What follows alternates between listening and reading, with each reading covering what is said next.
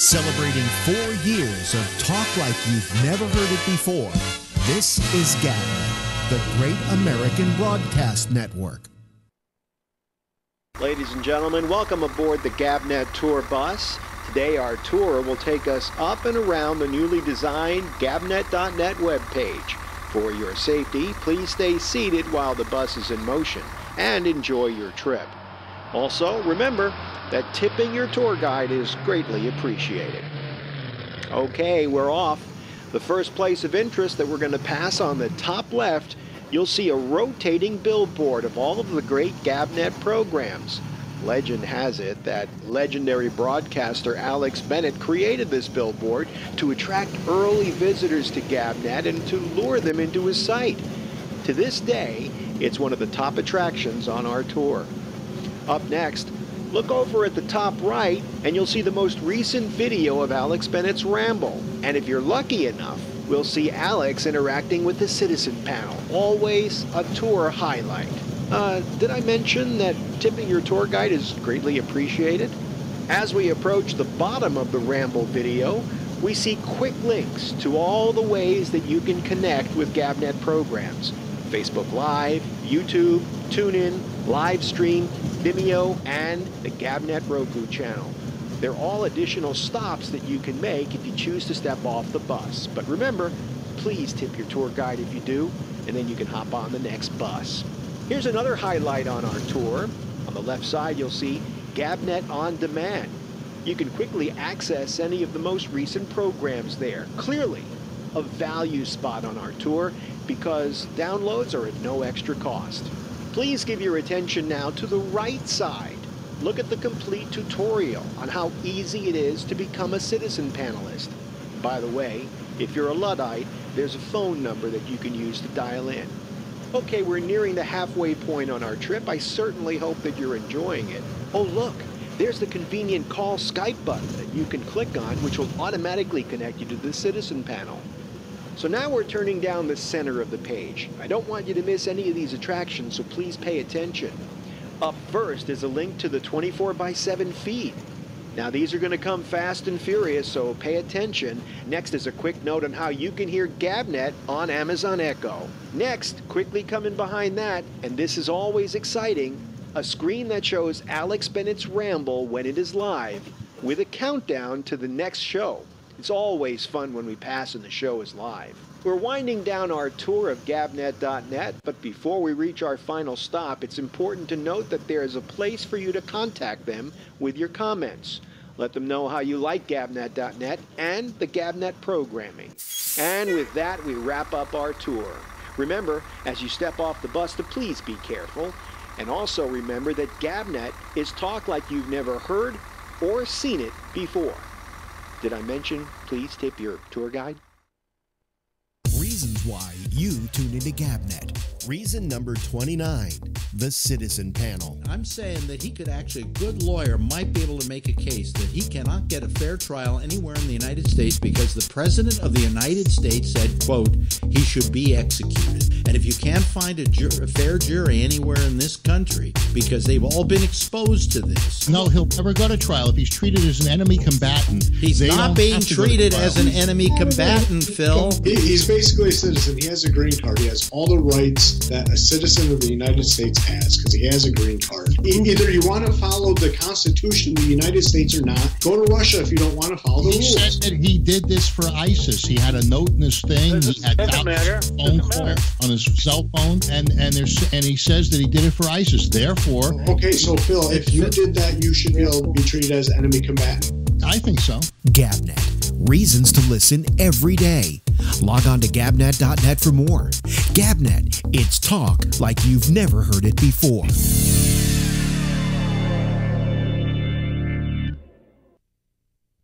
Celebrating 4 years of talk like you've never heard it before. This is GABNET, the Great American Broadcast Network.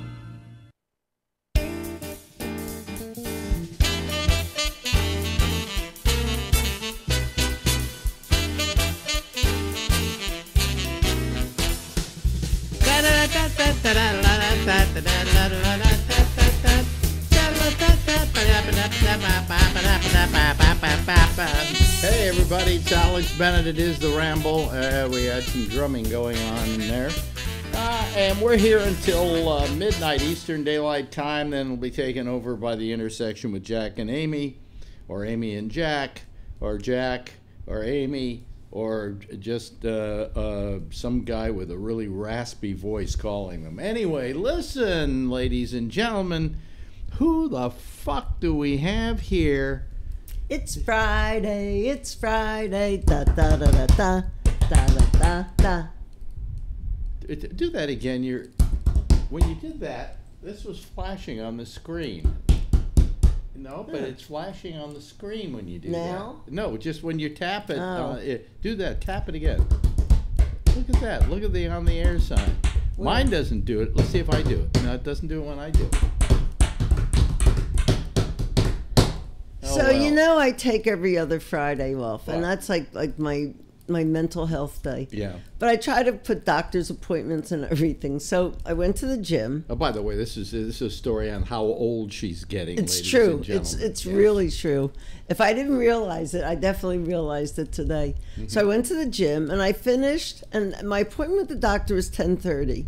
I wasn't allowed to have anything to eat because they were taking blood. By the way, may I also add, this is an old person's story. So all you young people, just bear with it I a think second. this is anybody's story. Okay. So I figure, well, let me go to the doctor, get the blood taken. I'll go out and get some breakfast, Look and directly into the camera and when then you're come telling back, them the story. and then come back for my 10:30 appointment.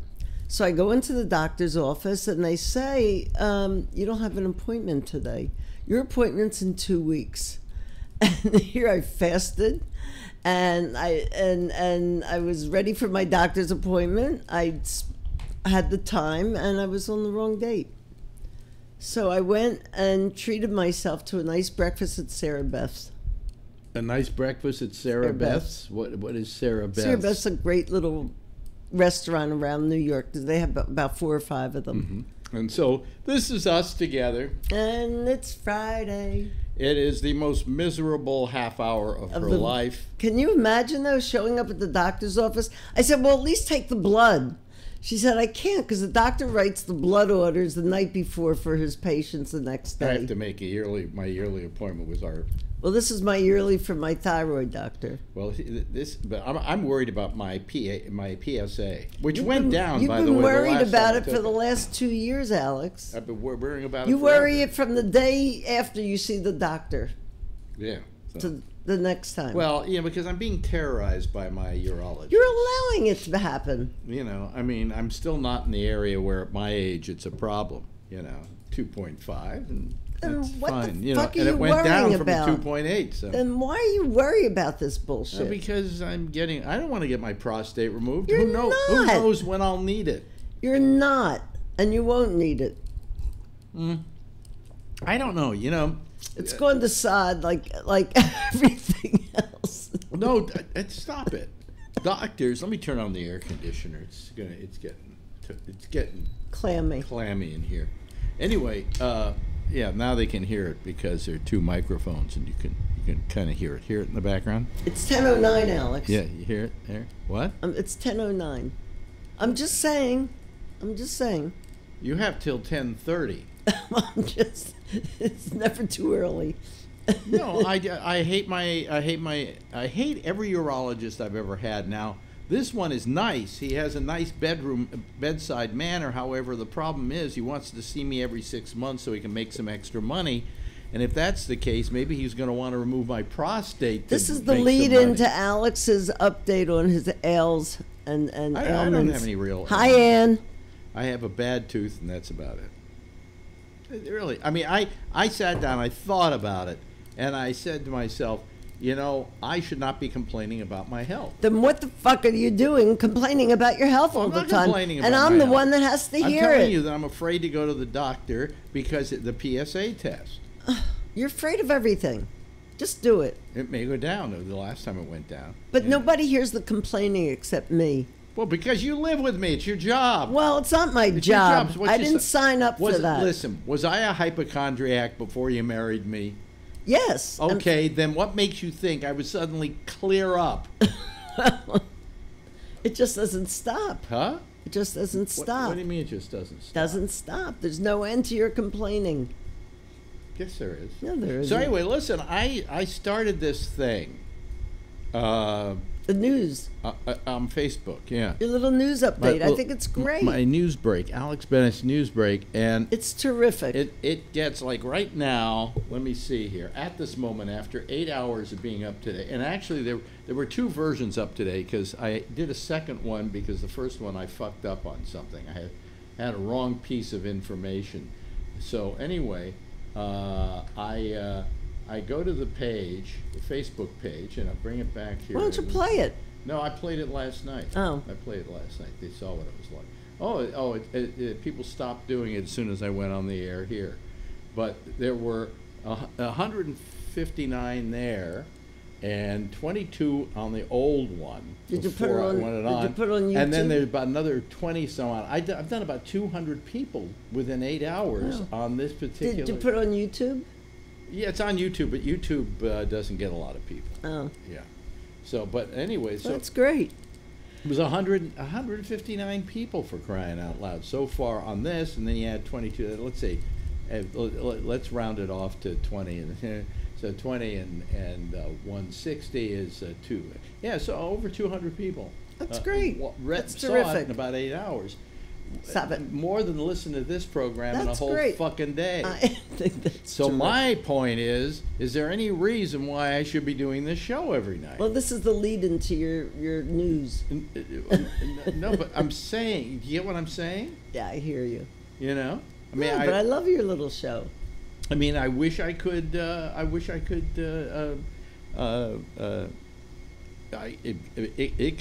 bet it's going to become bigger than this. Bet you, because it's only like 3 minutes. Today it was 8 minutes. 8 minutes? 8 minutes, yeah. The first time I did it came in at 6.5, and then I did a second time. Actually, a third time. Every time I tried doing it, I fucked something up, and then when I was finally getting it right, and I had a good one, right, the phone rings, and it was Shecky, and I couldn't. There's no way to edit it together. Yeah. You know. So I went back and redid it. You know, and every time I did it, it got better. So. What am I? No reason to complain. But anyway, so we're running these. I'm running them Tuesday through Friday, just like I do this. But I don't know that I might not run them Monday through Friday. I mean, you know. Why not? Well, yeah. I'll see. I don't know if I have the oomph to do it. The oomph to do it. Yeah, because usually somewhere I run a clip from the previous show. Mm-hmm. And there is a previous show if I do it Monday, but then Tuesday there would be no previous show. Okay, so I don't know what to do. I haven't decided yet. But people seem to like it. I like it. If you want to go over there and take a look at it, it's more interesting than this show is going to be. Well, it's the millennials and it's fast. Don't have any, can't listen to anything that's 2 hours. It's 8 minutes. We tell you the headlines of the day. I make a few comments about it. I show you a funny little picture. And then you're finished. And then I, sign off. I sign off. So, but today I showed a picture of a gentleman who is the Malaysian Prime Minister. I forgot to mention, he's known as a strong man because when he was Malaysian Prime Minister once before, he was supposedly Mr. Strongman. A strongman, yeah. Not. But he got reelected. But no, don't tell the rest of the story. People have to go over there and look at it to see. I make you guess how old this guy is. He just got elected to the Malaysia government, head of the Prime Minister. Prime Minister of the Malaysian government. He's been the Malaysian Prime Minister before. Aren't they really bad there on civil rights? I would imagine. Yeah. I would imagine, but so are we. Well, that's true. You know, we are much better. So listen, I have an admission to make. It's a terrible admission. You didn't know this. Uh-oh. And it's something I think you should know. Better tell me now. I paid Michael Cohen $1 million to represent me to Donald Trump. So. How's the suit going? Well, no, actually it was to try and make sure we win this suit with the apartment. You know, and I thought maybe Trump would, since he's in real estate, could get involved in it. Cohen just took my money and we're out $1 million, dear. He's trying for the World Cup with Mexico and Canada, And he said, I'll remember you if you don't vote for it. What? He's saying to the countries out there, I'll remember it if you don't vote. Is that how he does business internationally? Yeah. He did that the same thing at the UN on something. We'll remember you if you, something. Yeah, we've got a list and we're making it twice. We've got this enemies list. And if you're on it, well, what he's claiming is that if our partners in Europe do business with Iran, that he won't, he'll put them on a blacklist or something. Oh, yeah, let him go try. But so they'll put us on a blacklist, and so we'll be so isolated that we won't be able to sell our shit anywhere. And, And the stuff that comes in will be so expensive. Be absolutely out of line, So, I mean, oh boy. And now he's pushing for the Nobel Peace Prize. He's actually telling people he wants it. Yeah. And then he says, it'll be prize enough for me to get world peace. It's like he's like lobbying for it, It's disgusting. And I'll remember who doesn't vote for me. Yeah. I mean, it's like the Nobel Peace Prize is something which you go out and lobby for, Here's the thing. Obama shouldn't have gotten it. Well, to begin with, there are a lot of foreign countries that vote for it. Sure. And you know who else votes for it? Former Nobel Peace Prize winners. Yes. And do you think Obama's going to vote for him? Right, he won it. Do you think Malala is going to vote for him? Do you think the Quakers are going to vote for him? I don't think so. What's become of this country? I mean, there's just no civil... There's no class. I'll tell you the worst story that I had this morning on that show, that a little show I do, is that someone in the government, is supposedly a woman, and I can't remember what her name is, but it's only suspected that it's her. Nobody knows who it was exactly. The one that's going to quit, or...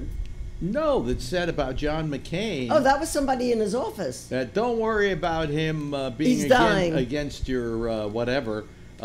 He's dying. Yeah, against his nomination for the CIA. Yeah. Don't worry about that. He's dying. What? I mean, absolutely no class at all. No class. And the people that he's hired, I mean, every secretary that he's hired is just terrible. Yeah, and last night somebody on my show said, well, Pompeo went and met with that fat fuck Kim Jong-un, and I said, have you looked at Pompeo? Because I saw a picture of Pompeo next to Kim Jong-un, and Kim Jong-un looks like the other picture in one of those ads about you can lose weight. One thing I noticed about Kim Jong-un, and it endears me to him. His haircut? Oh no, that Mo haircut or whatever that is. What? His smile? He always is smiling. That's because he's farting all the time. Well, it could be, but he smiles a lot, which it seems, I don't know if that's a phony smile. It looks like a genuine smile. I wonder if he smiled when he electrocuted his uncle. He didn't electrocute his uncle. Oh, he did it with he did it with a cannon. Oh, that's right. He stood him in a military range, and then he blew him to shreds with a cannon, supposedly. Yeah, well, I believe it. Now I don't know whether I believe this stuff, but it's a good story. But it's a good story if true. And anybody decide to go over and watch that instead of listen to us? Yeah, some people did. A couple of them went over and started looking at that. Okay, but let me make sure we're on the air and everything like that. Yeah. Okay. Wait a minute. Ann, are you listening? Yes, I am. How do you know Ann? Why would Ann be listening? Because I told her I was on tonight. Yeah, well, I told her to watch tonight. You don't tell her to watch every night, that this is a wonderful show. She doesn't. I mean, people go to bed. Huh? People go to bed. Oh, people go to bed. Oh, well, fuck them. Listen, I'm thinking of dumping this show and going to my 8-minute format, which I hope I can get down to like 3 minutes. Well, it's what the millennials can deal with. They can't handle 2 hours, I don't think. I mean, if I could turn out as 10 minutes, put commercials on either end of it, make a little bit of money, and not have to go through the shit I go through here every night. Does that make sense to you? But then I wouldn't have that little segment about this happened last night with the citizens panel. It's 10:21. Can I roll over? No, not even close. So how have you been annoying me lately? Nothing. I've been very good. I took you out to dinner. You took me out to dinner. I thought we would never get served. I mean, that noisy two guys. We go to this place called Harlem Tavern. And it's a tavern. It's a sports bar. Yeah. It's a sports bar. Loud. And they do a business. I can't believe It's we huge. went in at like 5:30 and it was packed. Just packed. And so we went in there, we got some food, and it took them forever to get us the food. It took them forever to get us, I didn't get any dressing. So I asked for dressing, and about a half hour later, I had my fucking dressing. And we always swear we're never going to go back there, but the food isn't bad. It's not good. No, but It's not bad. good. It's not bad. good, Alex. I'll tell you what was bad was that chicken place we went to. Across the street. Yeah. Yeah, that went bad. This was a chicken shack kind of thing. Owned by the same guy, that owns the one on 125th. yeah, Next to the Shea Right. that we go to. supposedly a world-class restaurant. I wasn't that crazy about Well, that place. we were crazy about all the meals we went there, except one time we went on a Valentine's Day, which was a big mistake. Yeah. That was a big mistake. And we haven't been back since. No, so no. we should go back. Oh, that one, yeah. But anyway, he bought this chicken He owned place, that one. and we went to the chicken place, and it was terrific. The chicken was terrific, and it was Corn, yummy. Cajun corn. Oh yeah, just wonderful. So one night we said. So then we didn't go for a while. Yeah, and then we said, hey, let's go to the chicken place. Yeah. Sure, that'd be great. We go to the chicken place. It sucked. Sucked. It just sucked. It's terrible. It's called what, urban chicken or something. I don't know, but I really, you know, I felt terrible about that, you know. So I got nothing else to talk about. Neither do I. So let me roll over. I know. I wish I had some kind of complaint about it. You know, just sit there. Do not move over. Do not move over. I have to kick her with my foot. Let me see here. What does piss me off about? Well, yeah, toothpaste all over your keyboard. So? What do you mean so? One day you're going to say, my keyboard isn't working. Well, maybe it's because it's got toothpaste you keep all in your it. toothpicks all over the place. I wish we could show your table and the way you drool toothpaste onto the table. Can't you clean up behind yourself? I clean up behind myself. I'm going to bed. Huh? I'm going to bed. Why do you have to drool all over the table? I'm going to bed. Even when I use a toothbrush here and do it here, I don't drool stuff all over the counter. Do you not know how to use mouth utensils? It's in the dark, and it's about 4 o'clock in the morning, and I don't. Well, then don't brush your teeth. Well, I do. Or go in and do it over the sink. No, I gotta. Why can't you do it over the I sink? have to check my Because mail. it's too boring doing the brushing the teeth. I have to see what's happening in the world. I see. And then. Okay. No. You still got 5 minutes. Okay. You talk. I'm going to take a nap. Oh, really? Mm-hmm. So, you've been watching A Handmaid's Tale? Actually, it's very good this season. Really? Yes. Good. Oh, okay, good. Have fun with it. It's the most depressing piece of shit It's I've definitely ever seen. depressing, but it's very good. It is a depressing show. So I went in and I watched. You know what they did? I gotta tell you, I hate getting to really like television shows because if I really like them, they cancel them. You know what I'm saying? What was the one? There was a couple that they canceled that we loved. The one about the 3 men over 40.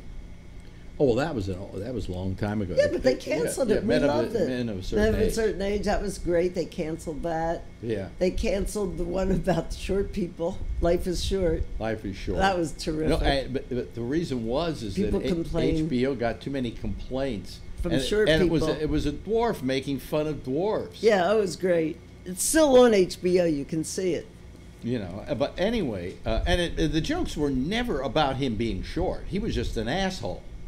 But a short asshole. I mean, like, yeah. you had to climb the shelves to get to something. Yeah. You know? Yeah.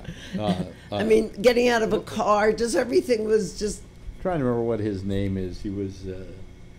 He was in Ron Howard's movie. Yeah, movie about the dwarf. But anyway, so and he plays himself. Yeah, he plays himself. Very funny show. It's a very funny show. But no, they canceled one of my favorite shows, a regular watch for me every week, Lucifer. Oh, I've never seen it. About the devil that comes to Earth. Oh, all right, or he comes up to Earth to us. And because he's don't let me just sit there while I talk about this. Lucifer, and he meets this detective, and then he becomes an assistant to the detective, helping on cases. But there's a whole bunch of other stuff going on about him being the devil and so on. So, that really looks terrible on screen. It looks like you're floating through the air. Anyway, it's time for me to roll over and open up the boards. No, it isn't time yet. Yes, it is. No, it isn't. It's to me. My tooth is bothering me today. Here we go. Will you just stay there? Are we doing a medical update? Anyway, so they canceled Lucifer. And if they cancel Gotham, I'm going to be in... You won't even be able to console me. And Agent... Carter, that's a long time. No, but they canceled that. Yeah, but that's like how many years ago? Couple, but this is like... Right now. This is Lucifer, something I was looking forward to another season of. So I hope it'd be nice if somebody picked it up. It's a DC show, so Netflix will pick it up and call it a Netflix original. No, believe it or not, I believe I have seen episodes of it online where they're like the 1080p version and it says a Netflix original. Yeah. I know they did that with Star Trek. In Europe, Star Trek is Netflix. It's a Netflix original. Anyway, time to open. But I wish they would do something about it and take it to another network. Now the one I'm hoping gets renewed, and they didn't announce that it wasn't going to be yet, is Gotham. Which I like a lot. But the show that I was watching that's really spectacular this week is Legion, with Dan Carter from Downton Abbey, and it's a Marvel thing, but it's very strange. Every episode is different and it's shot very weirdly. And tonight it said the director was John Cameron, and I don't know if it's the same John Cameron or whether there's another John Cameron that works in the business. That's a director? Not as a director, though. So I'm going to go look it up and see if it was the same John Cameron. Okay. In fact, I could look that up right now while you sit there. No, it's 10:28. I'm sorry. What? I'm sorry. Oh, well, wait a minute. Hold on a second. Just go over there until I set things up. A minute and a half till I go to sleep. Wait a minute. Hold on a second. I want to make a transition here. Loved by you and nobody okay, now you can come over. I want to be loved by you alone? Boop boopy doo. Now I need to turn things on here. Get out of my way. Listen to the way he talks. Huh? Well, yeah, that's the way I talk. And you have the microphone all over there. Yeah, yeah. I know. I have the microphone. It. I'm not sharing the microphone because I don't like to share with others. All right, now my microphone is on, and people can give me a call, and I will be happy to talk to them. You're going to move that over so I can share. Wait a minute. Hold on a second. That will go away. So why won't that go away? Well, let me see here. No, it says no. Let me add to list. I don't want to add that to the list. There's contacts, and then there's that, and then I go like that, and it finally disappeared. Right. Okay, there we go. Okay. Now I've got things going. The lines are open. What? What? The microphone. Oh, the microphone. Well, if you want me to be part of your citizen panel. Well, I'm taking up half the phone. Mike, you're taking up half the mic. Oh God, my Stop it! sinuses are Stop killing it! me. Stop it's it! hurting. No ailments discussion tonight. Why? Okay, here comes Scott Boddicker. By the way, it's a feel-free night tonight. So feel free to call. It's a feel-free night tonight. Feel-free night. Yes. Yes. Everybody, sing! It's a feel-free night. It's a feel-free night. It's a feel-free night. It's a feel-free night. Well, how about that other guy, SG? He's kind of a fill-in Phil Jr., isn't he? No, actually, Phil's the nice SG now. Who's SG? What's SG? The guy who called last night. The one where you can only see the top of his Yeah, head? yeah. I kept telling him, show your face, and he's only see the top of his head. Who was he? Who is he? SG. SG? He won't say where he's from. You know. Probably is in our building. Yeah. So. He's right behind you. Yeah. No, I don't want to put him down though. I don't mind if he calls again. He's he brings different flavor. Yeah. You got to give him that. And you need that. Yeah. Yeah. Talking to the mic. We all can't. Well, drink how can I talk into the mic when you keep it all the way over on your what side? do you mean? I'm as far from it as you are. There we go. Oh, Bye, Mom and Dad. Wait a minute, here comes John Peroulis. Let me see if we get a picture of him. There we go. There we go. There we go. There we go. Hi. Hello, John. Hi, everybody. Hi. Yeah. Anyway. Hey, I like Phil. I got a date with Phil too. So. Our Phil? Phil Free? Our Phil. Nobody says they. We don't. None of us say we don't like Phil. But we hate his. We don't like. But politics. it's a Phil Free night. We find his politics absolutely repugnant, and we feel guilty about liking him in spite of it. Right. It's true. Hey, well, what do you think? What do you think of Trump? Here's SG. Here's that SG. Jeff Once doing again, SG. Jeff is doing SG. Yeah. Could be like that guy on Home Improvement behind the fence, you know. It's the Kilroy Was Here show.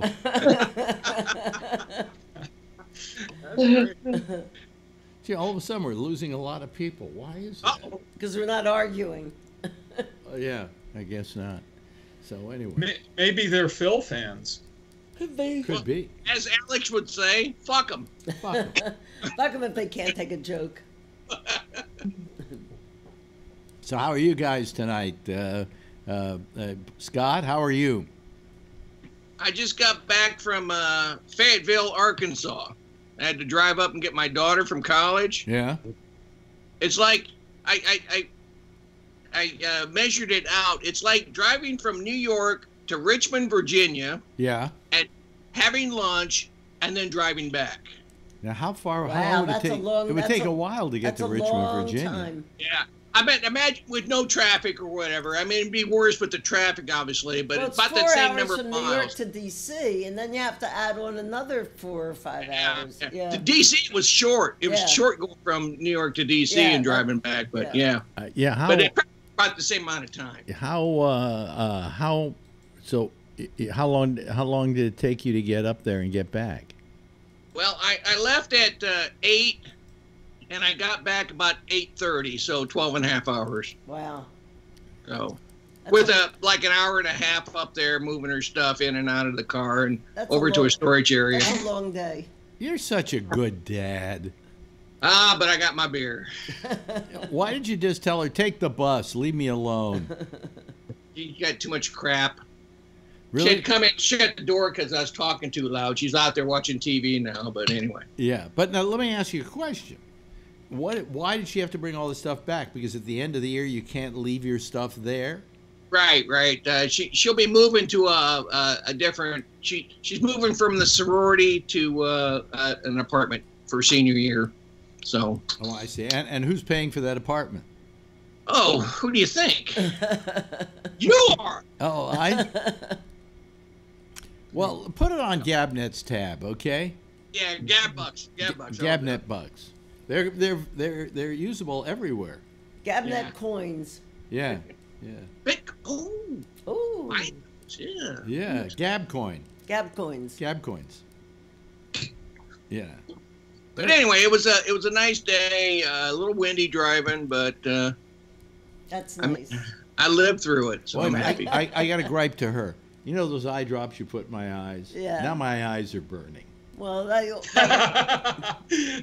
Sorry, I know I shouldn't have laughed, it's but I dry think eye that's funny. stuff. Okay. Yeah. Oh, we've been having. How many here have been having? Everybody's having pollen Allergies, problems. pollen right now is horrible. Pollen. I'm I gonna just say have goodnight. political Are you gonna say goodnight? Yeah, I'm problems. gonna say Thank goodnight. God she's saying I'm goodnight. saying goodnight. Yeah. Good night. The pollen in Texas is already passed. We're full into full What on. about the tree in New That's Jersey? much better. All the trees have done their stuff, and we're getting into full green What here. replaces the pollen? All of a sudden, we have like nobody. People are hanging up like crazy and not watching the show. What's going wrong here? Oh. We haven't started talking about Trump in Well- that asshole statement. He said that John McCain was disapproving of the Gina Aspel No, CIA appointment because he was going to die anyway, so it didn't matter. Can you believe that? What a Wait a minute. freaking He ass. said that? Trump didn't. Yeah. No, Trump Yeah. did not say that.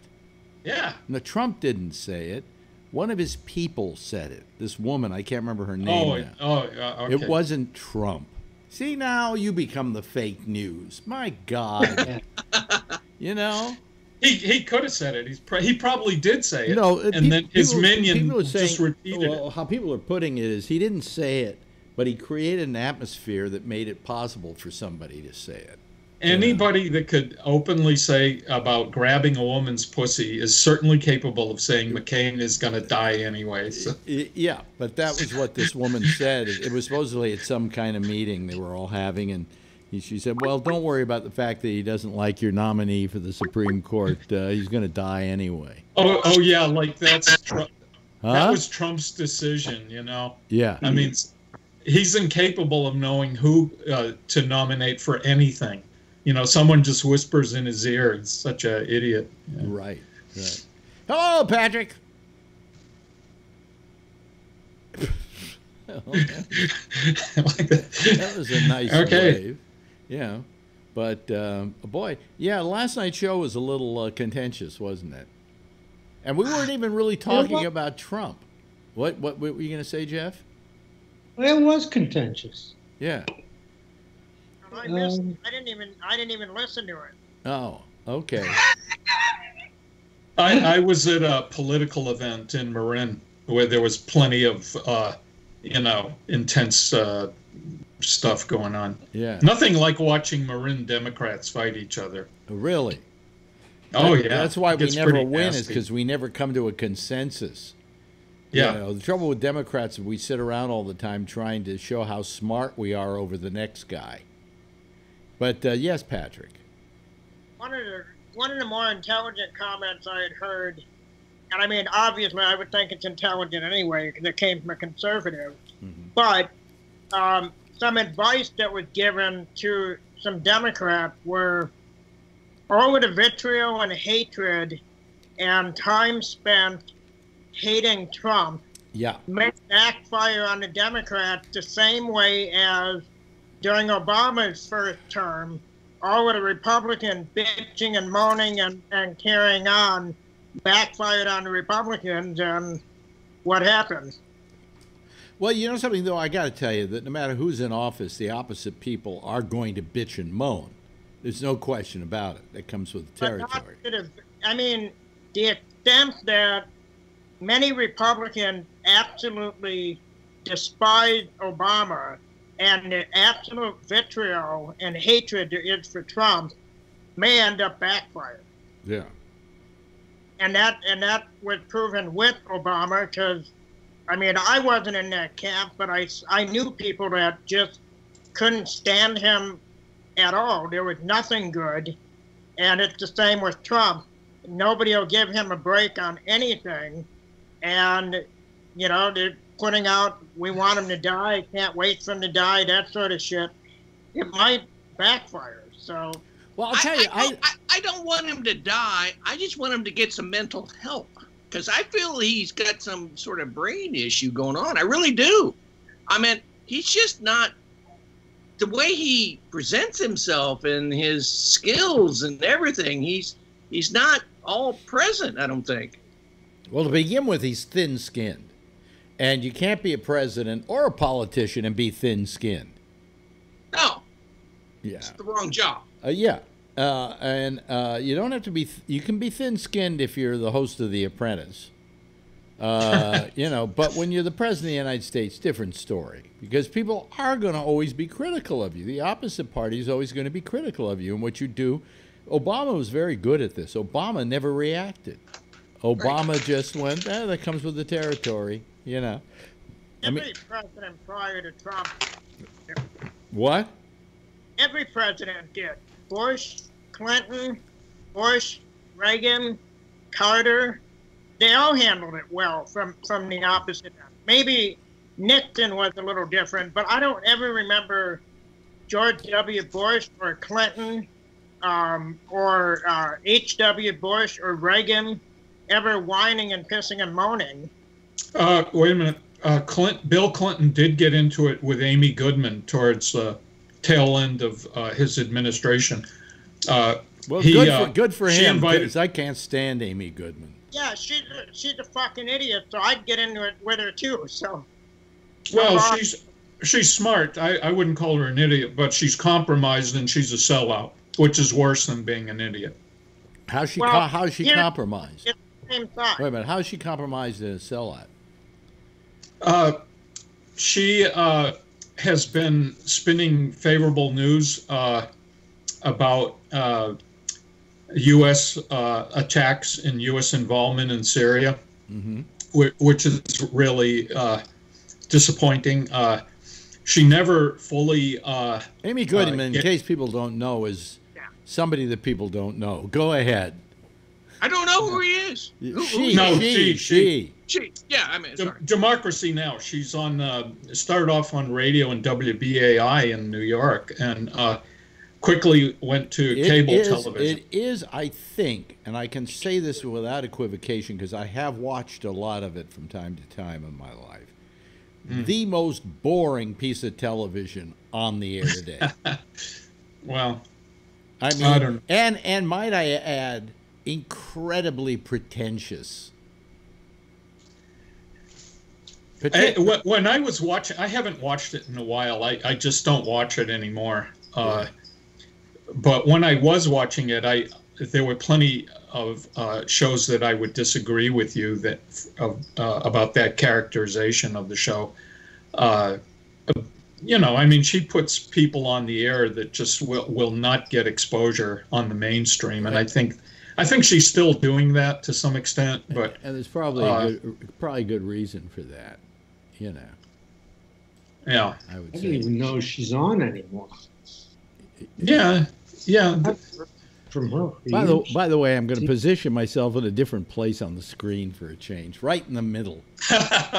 Okay. Until somebody calls, then I'm going to have to move it again. But yes, Patrick. So what was the big deal last night with all the contention? So I didn't have to go back and listen to the whole damn thing. Well, listen to my 5-minute show. I've got some of it on the short show. Did Ray Renati leave in protest? He actually just said, I can't take this, and he hung up. That's what I'm thinking is what another one would came back. What'd you say, Patrick? That's what I guess that's what I was getting at, because I've been on shows where either Scott has left because he doesn't want to end up losing his mind, or somebody else is plowed out. So was it like that? I mean, who was Phil on? Phil was on, and Phil was a breath of fresh air last night, actually. Oh, so it must have been the headless guy that tipped off. Yeah. It was.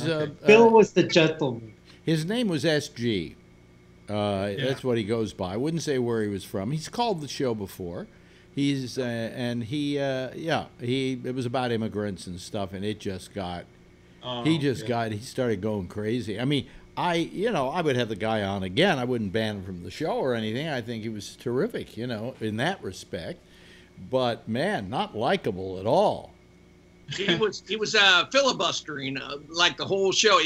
Alex was trying to ask a question. He just keep reading stats and numbers and figures and stuff. Yeah. And Ray couldn't get anything in, and Jeff just I was listening. I wasn't on, but I was just, yeah. Jeff was just like, whoa.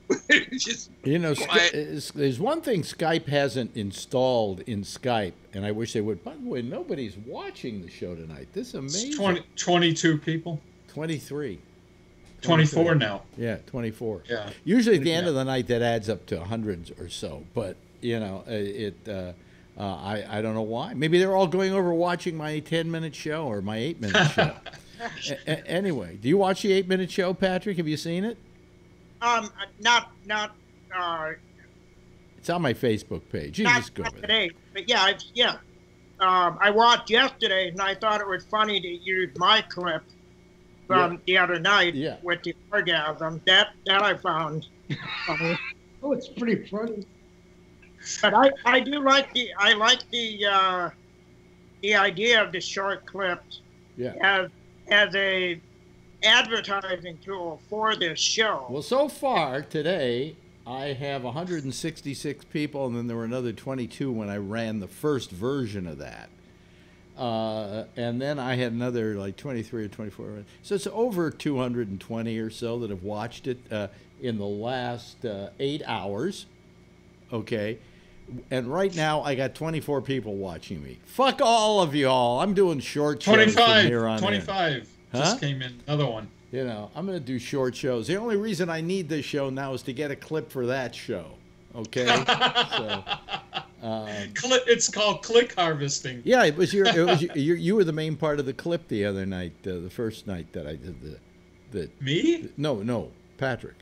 Oh, Patrick. Yeah. All right. And it was fun. It was fun. But anyway, so we'll probably wind up doing that a lot more as time goes on. I just think that the only thing that bothered me about last night is that I don't like the show to get terribly contentious. I don't like people to be insulting of other people, and I certainly feel bad when somebody feels compelled to hang up. Okay? Because that's not what this show is about. People aren't supposed to get hurt or feel hurt. I've always had that rule of mine in broadcasting, and I'll kid people. I'll say terrible things to people, kidding them. But if I ever feel that I'm hurting them, I will stop it immediately. It was like the time that years ago on Sirius XM when a guy by the name of Tony called me up and told me that his aunt had died. And I said to him, I remember this. Well, I said to him as immediately as a knee-jerk response from me, looking for comedy in everything that happens. When he said my aunt died, I went, well, I didn't like her anyway. Yes. Oh, no. Oh, God. Now, wait a minute. Now, most people would maybe get a laugh out of that, and maybe it would lighten up their feeling about it, right? No, he started crying. Oh. Now, when you get somebody who you kid who starts crying, who's the bad guy? Right. You know, who looks like the villain? You can't look good in a situation like that. And so Tony was, crying. First Jeff, he had his hand up, and then Patrick. Yeah. Well, I remember that time, and I laughed while it was going on. And of course, then he starts crying. It's ridiculous. Yeah. And when he started crying, I went, "Oh my God! I just did the worst thing. I mean, I didn't care about his aunt dying. I don't give a shit, right? She's not my aunt. I didn't know her, right? But I was worried about the fact that when you get somebody crying because of something you just said, it makes you look so bad to the rest of the audience. You really look like shit, you know? So, hello, John Rockwell. God, we haven't seen you in a while. Let me go to Patrick. He's got his hand up. Oh, we can let John say something first. Well, no, he's fine. He's fine. Okay, now it's just like two stripes. There we go. Now we go. He's got I think his mic is on. You're on mute, John. John, your mic isn't working. No, not yet. Well, here we go with a dozen more. You had the headshot last night. Now you got the beard shot. The beard only shot. Tonight. Yeah. There we go. Wait a minute. Still can't hear John. Still can't hear you, John. Everybody do the mime for "We Can't Hear You." He's got to unmute his mic. Is your mic muted? No. Maybe restart. Either that, or you go into your preferences in Skype. I'm gonna start jerking off if I keep seeing his beard. Oh, is that what gets you going there, man? Is a beard? Why do you think he has a beard? Thank you very much, ladies and gentlemen. Unmute Mike. Yes, sir. I got my hand. All the paper last night, dude. That was great. I'll tell you. Here, wait a minute. Listen to me. Can you hear me, John? Can you hear me? Yes. Go into Skype. Go into your preferences. Go into your tools. I assume you're using Windows, right? It's a Mac. Is it a Mac? It's a Mac. Okay, well, go into your Mac and go into your preferences, whatever that's called on the Mac. I don't have my Mac lit up here, so Preferences. Is it preferences? Yeah, go over to preferences and then go over to audio and see maybe it switched the inputs or something. Oh, actually, on Skype, you're saying, or there's actually an audio video settings. Yeah. So. Yeah.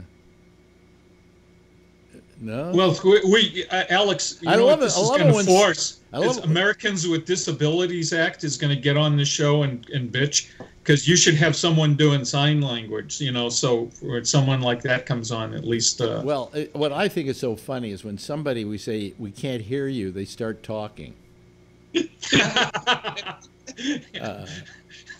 No, can't hear you. Can't hear you. Why don't you reboot the machine? That might do it. I don't know. What happens is, I'll tell you with Windows, what happened yesterday to me was Windows decides they're going to upgrade Windows, right? And they won't let you decide whether you want to or not.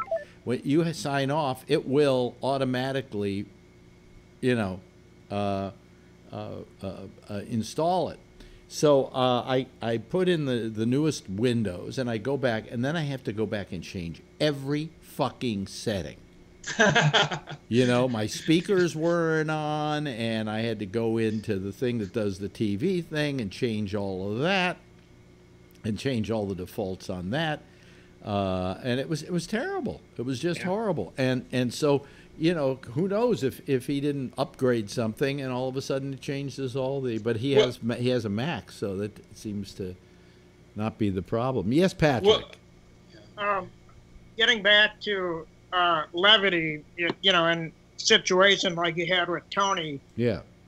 One of the discussions I had with somebody online today and yesterday was the comment Trump made when the 3 hostages were brought back, and he said probably the biggest rating for 3 a.m. ever, and some people took offense to that humor and said it was inappropriate, and my response was, it was a little bit of levity. Even if you don't like Trump, it's a little bit of levity in a situation that's very tense, and I took it personally funny because I stayed up to watch it, and when he said it, I chuckled to myself because there I am it was 2 a.m. Central Time, waiting and watching this. And I thought, well, it's true. I mean, I'm watching it, so... You can't admit, though, Patrick, you're probably up jerking off anyway. Well, absolutely. Well, also, Melania got up at 2 o'clock in the morning, and probably she got up at 10 and had to do her makeup. But she had to go up and go out to the airport with him as well, and that's the most sex they've had in years. Is that because he's afraid of the dark or something? Who knows what his problems are, but. The thing that bothers me about that statement, Patrick, is he seems to equate everything to ratings. It was like he's doing The Apprentice again. He thinks he's still doing The Apprentice, and everything he gets has got to have ratings associated with it. Who gives a shit? You know, Obama didn't get ratings when they didn't cover half the shit that Obama did because they didn't care. He wasn't making trouble. I get that, but and actually it was Louise Zeitlin who you'll see. She'll comment on your thing. She and I had the discussion, and like I told her, I wouldn't spend one more second worrying about whether or not he said something, because it's inconsequential. And you're right, Alex. Everything seemed to be for rating for him. But you know what? Who gives a shit? I mean, the more time you spend worrying about little things like that, you miss the big picture on things that maybe are more important than a stupid statement. Well, I'm all for not mentioning him at all. You know. Am I being heard now? Yes, now you're being heard. Hey! No, I unplugged my mic to do some other recording today. That's why. Oh, well, this is how you drive a guy crazy. You're breaking up. Am I? No, he's kidding. Your picture's all hashy and everything. Oh, well, you know what I love about Phil is if he isn't getting something, it's our fault. Like last night, my little light didn't go on Skype for him. And so, therefore, the whole world, it must be me, you know. But anyway, hello, John. I haven't seen you in a while. Well, it's been an eventful month, and I just haven't really, by about 10:30, 11, I'm just like, I want to go to bed. I'm tired. I had a lot of work recently, which is good because I need the money. Yeah. I had one day in the hospital because my heart filler came back, and they zapped me with electroshock.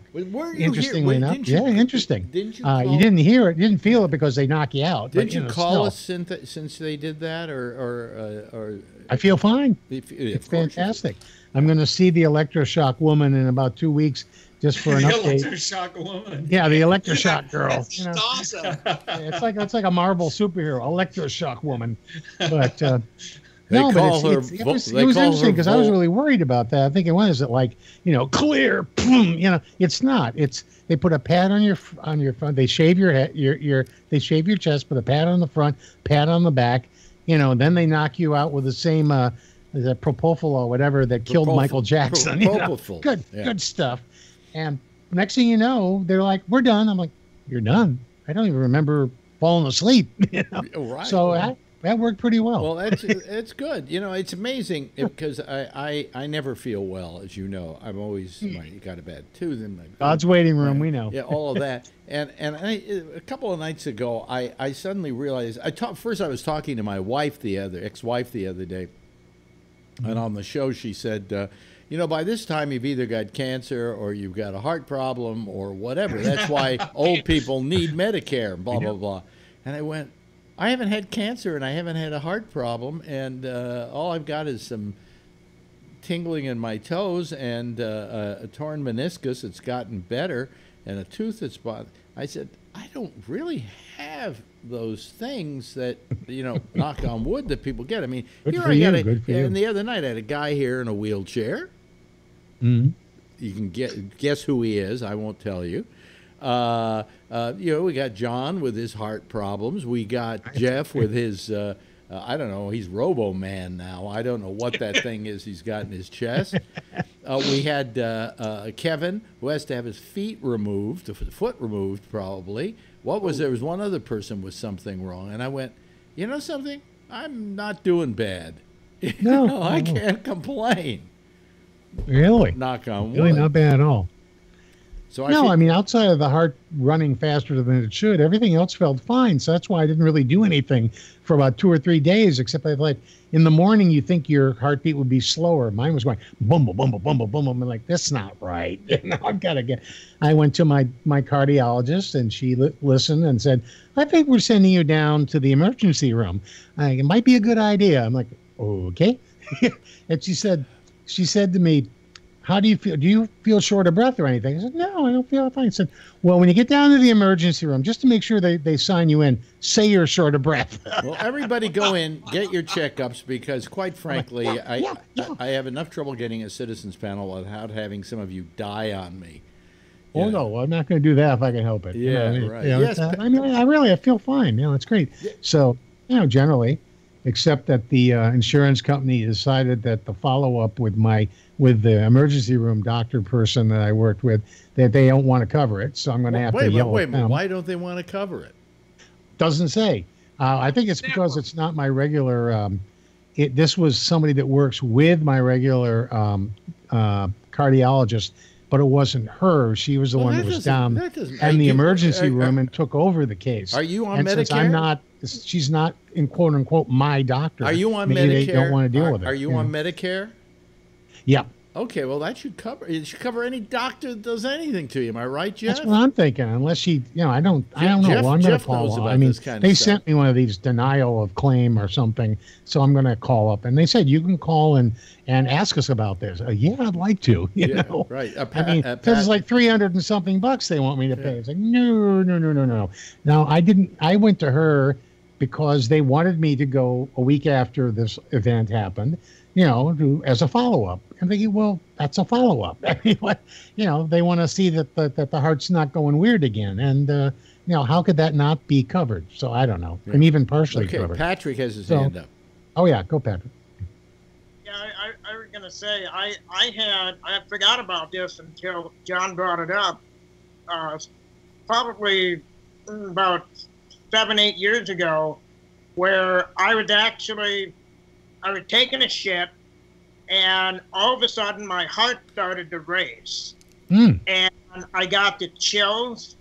And the problem with, Cripple Boy is I can't just hop off the shitter like everybody else. So right. And do anything. Yeah, you're stuck there. I took me a little bit, got my wheelchair, and went out into the kitchen where my ex was, and I asked her if she wanted to play doctor. And she said, well, the kids are still here, and I said, no, for real, because she was going to school to be a nurse. And my listen heart, to this, right? Yeah, I mean, I felt like my heart was coming out of my chest. Oh, wow. And I ended up going to the hospital, and I went septic. What had happened is I was going septic, and so they put me in. And my white count, normal is 10, like 10,000. That's normal. Mine was 22,000. Oh, yeah. Not 10. And they were going crazy, yeah. It was the weirdest, and I was afraid I was having like a heart attack or something like that. So I was relieved I went septic, even though I know. That's not that shows something that's that was more than just they call it atrial flutter or there's fibrillation, but mine was called flutter because it's consistent. It's not an erratic heartbeat. It's a very fast, consistent heartbeat that doesn't change, when you lie down or you walk around or anything like that, or barely change. And the last time, a year and a half ago, when I was in for like 5 or 6 days, and they found all that fluid around my heart and all that. This time they didn't find any of that.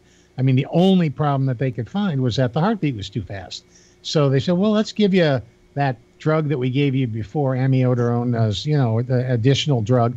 That helped the last time. Well, it dropped my heartbeat from 140 to 120, but that didn't go much farther than that. And they said, well, we'll keep you overnight, and then when we get you in and zap you, I'm like, oh, good.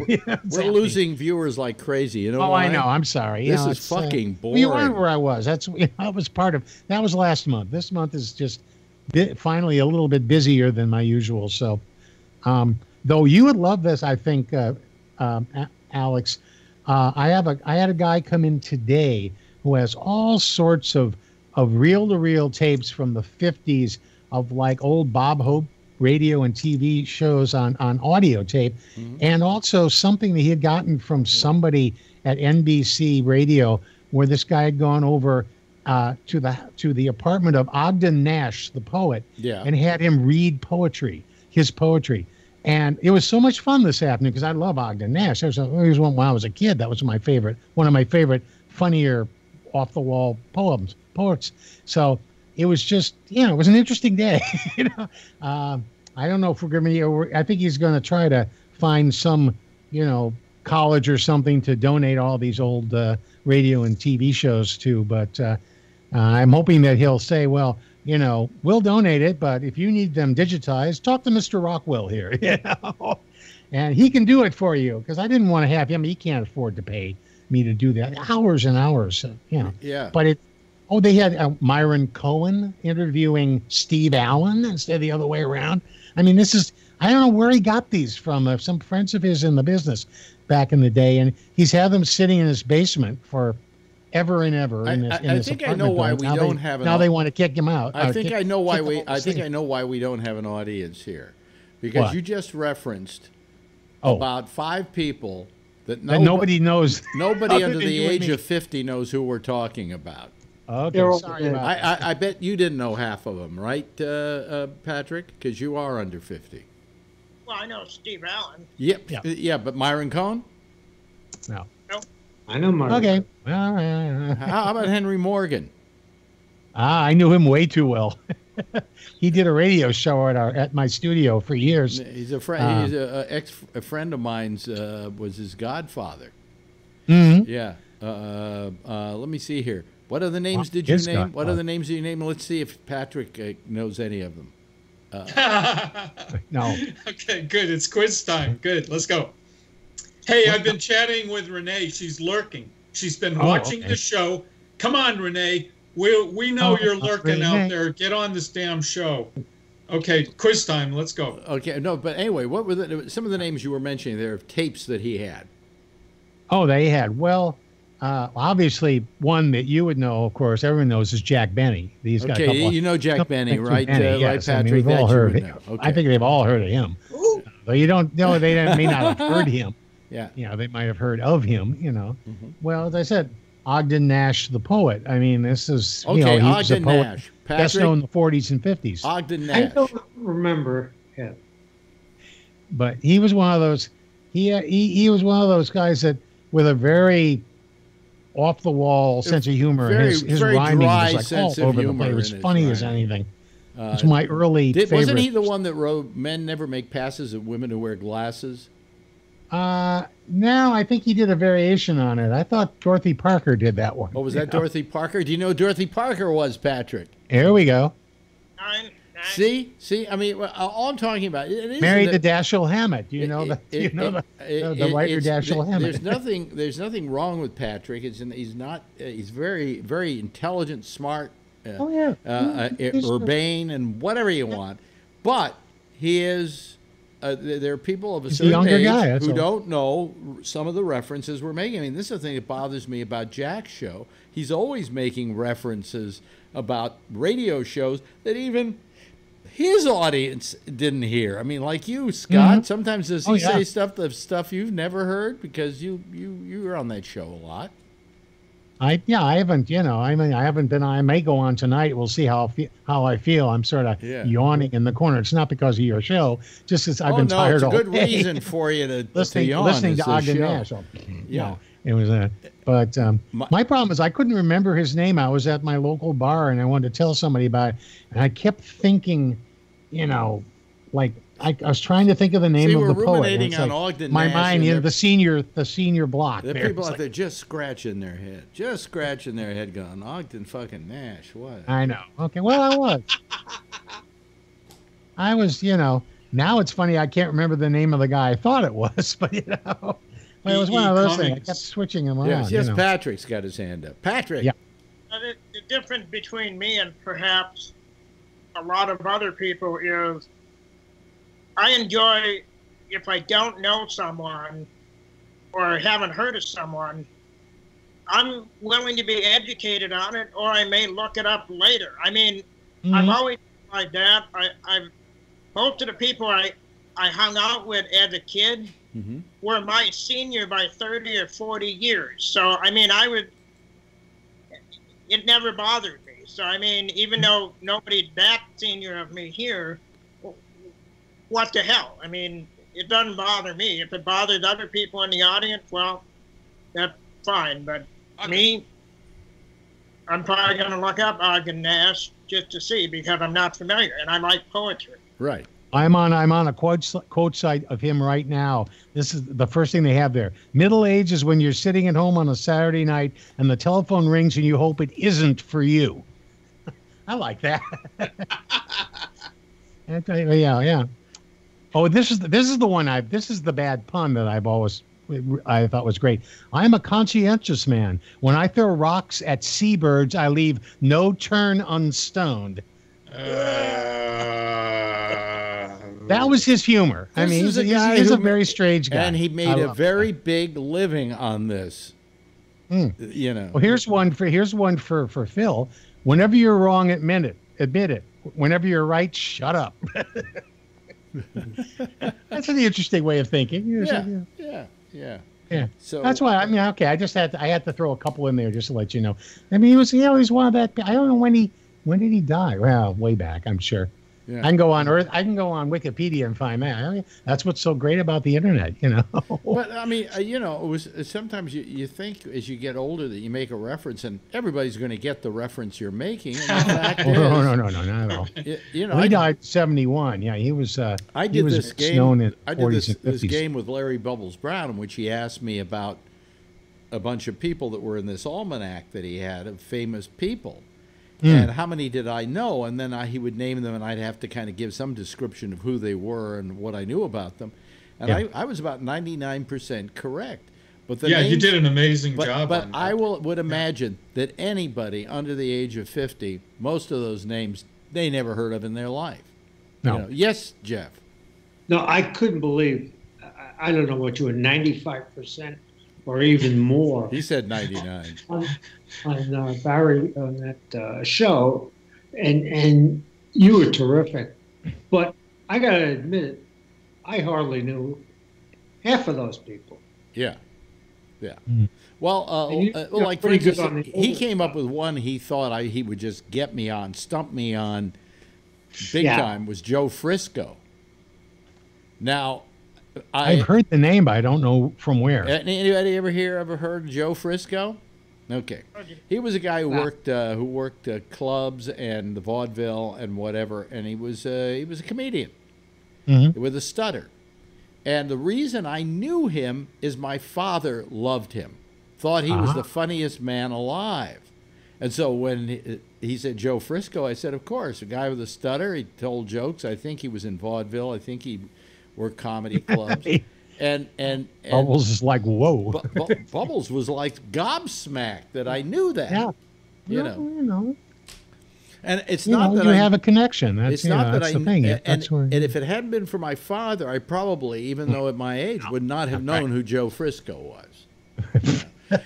There's also one other thing, and I find this is a problem with kids today. There we go. The number's really low again. What? Yeah, it went down. Yeah. Renee left. She was chatting for a while, and she said the wind got bad, and then I don't know what's happened now. It's going even lower. Where are you people going? I'm not even going to post this show tonight. Fuck all of you. I haven't seen Renee at all. Does she talk at all about what's going on over on the Big Island with all that? Yeah, she does. Wow, yeah, well, I have a friend that lives she's on the Kona side. Wait a minute, Patrick has a. Oh, that's right. She's on the Big Island. That's right. Has a point. My friend, I have a good classmate friend of mine who Patrick lives has a point to make. Patrick, can you hear me, John? John, when I talk, do you hear me? Yeah, I do now. Oh well, I mean, because when I butt in, you don't seem to stop. Because Patrick, well, I didn't hear you then. Patrick has his hand up. Oh, please. No, it's fine. I mean, I was curious to hear about Renee too. Anyway. I was just watching the news, and I don't know if anybody's seen this, but apparently the Ayatollah of Iran is trolling President Trump on Instagram. There's a photograph of the Ayatollah reading, what is that book, Fire and Fury? Fire and Fury, yeah. He's reading Fire and Fury, and it's a picture of the Ayatollah with the book in his hand, and I guess it's posted on Instagram, and he's trolling Trump or something. I just thought I'd put it in there because I thought it was funny that somebody who you'd never guess would have a sense of humor might be doing that just to fuck with somebody else. So, Mm-hmm. Know your enemy. The guy who's in a lot of trouble in Iran is the prime minister, basically, because he's been the guy who's been going along with this. Let's get along with America. Let's sign a peace treaty. I mean, he was the guy with all of this. And now that this whole thing has, Trump has pulled what he pulled, his job is in jeopardy. Because and what we'll get is somebody who's like a hardliner, and then that's not going to be happy for anybody. True. And yes, Patrick. I don't know if anybody remembered, but when Mahmoud Ahmadinejad was the president, he got his ass handed to him by the Ayatollah publicly over something, and I don't remember what it was, but it was a public shaming and embarrassment, and Ahmadinejad basically, he wilted like a little flower because the big hand of the Ayatollah came down. I mean, even though he was president, the Ayatollah runs the country. So, so yeah, you're right. This is probably the same thing that's going to happen here. There's going to be a public shaming, and this guy's going to go away. My favorite Ayatollah was Ayatollah Yusuf. Ayatollah Yusuf. Ogden Nash would have been proud of me. There you go. Yes. Yes. Oh, right. Boy. Yeah. I don't know. Henny Youngman. I don't know where the audience is going tonight. Are we doing something wrong here, folks? Don't know. We're just having a friendly conversation. They want more of what we had last night. What? 20 right now, 20 viewing. Oh, I get 18 here, but that doesn't matter. Oh, all right. I should turn off the video stream just to say fuck you to everybody. That's what I should. Yeah. There you go. What? I don't need this, right? New is happening here, Yeah. I don't need this. I don't know. Well, I still want to get. Now that it's warmer, I still want to get over and see you and the girlfriend some point. Grab a brunch or something. It's we're in the same town, the same city. And I haven't. It's been years. I haven't seen. I see them here online. Maybe miles away. We're not that far away. Miles away from each other. Yeah. Yeah. I was. We'll do that soon. We have to. We're going to check. What the heck? On the other hand, my news break. There are even people watching it while we're on the air here. That's how boring I guess we've gotten tonight. Oh. Well, it's time for a Henny Youngman joke. Here it is. My grandmother is over 80 and still doesn't need glasses. Drinks right out of the bottle. Okay. Right. Henny Youngman was the worst comedian ever. Really? Oh yeah. He made a career of it. He made a career out of being bad. Well, here's one for you, Alex. I take my wife everywhere, but she keeps finding her way back. Yeah. I knew that was coming. Yeah. This is good. Henny Youngman, hey. Yeah. Oh, yeah. Well, there's another guy that about the same era, as Mr. Nash was there, but. Yeah, but not in the same league. There was something. No. I just always found Henny Youngman to be, he got funny. As I got older, he got funnier because his stuff was so bad that you laughed at it because it was so bad. Yeah, well, look at this. I've been in love with the same woman for 41 years. If my wife finds out, she'll kill me. Kill me. Exactly. That's good. One-liners, right? Is that what yeah.